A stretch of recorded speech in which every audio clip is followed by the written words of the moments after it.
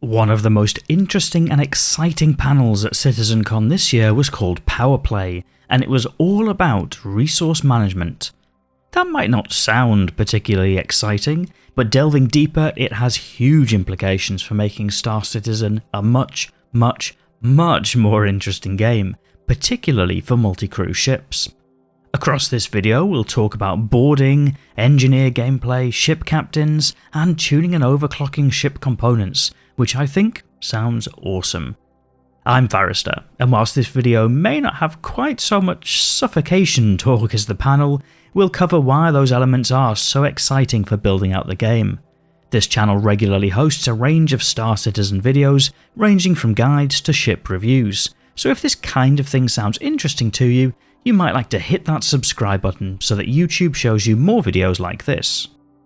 So the whole CitizenCon panel video is worth watching. It's a little over 15 minutes, so not oppressively long, and I've included a link in the video description, but in summary there are a few key elements that will eventually make their way into the game. Firstly, it's power and energy, with systems able to be powered, overpowered or underpowered, with potentially different impacts on things like ship signature, cooling or fuel usage. Secondly is life support, maintaining optimum temperature and sufficient oxygen in an environment for players to survive, with some hints that would involve some sort of consumable, like fuel for example. Then item maintenance, like subcomponents which may need changing, repairing or optimizing. Relay handling, which would involve having virtual circuits across the ship, able to be used to cut or restore power based on location. Access control would give owners and captains the ability to assign roles to their crew, and finally, gravity to enable, disable or tweak the amount of gravity generated. That's in a nutshell. The scope and scale of the implementation is potentially huge, with the systems impacting all ships ranging from the smallest fighter to the largest capital ship, but also space stations, ground bunkers, pretty much anything you can imagine. But that's not to say they're impacted equally. For example, a hull A is likely to be much simpler in terms of item management or relay handling than a hull E, which is much larger, more complicated with more routes. And that's really important, as it means that the smaller ships could be easier to handle and manage than larger ships. In fact, some of these systems were referenced as key building blocks to make Idris and Javelin gameplay possible. Likewise, there will be enough new things to customize for how you're playing too. For example, the life support systems will mean that maximum players on a ship will become a thing, no more loading up an Aurora like a clown car.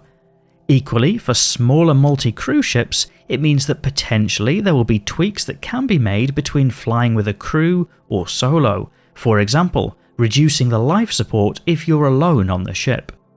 The panel also referenced that players could create their own presets for their ships in different scenarios, and those presets are also mentioned in the context of engineering and power, which presents options in small ships to set up presets ahead of a fight, and for larger ships for a specific player to tweak those mid-fight to account for damage that's been taken.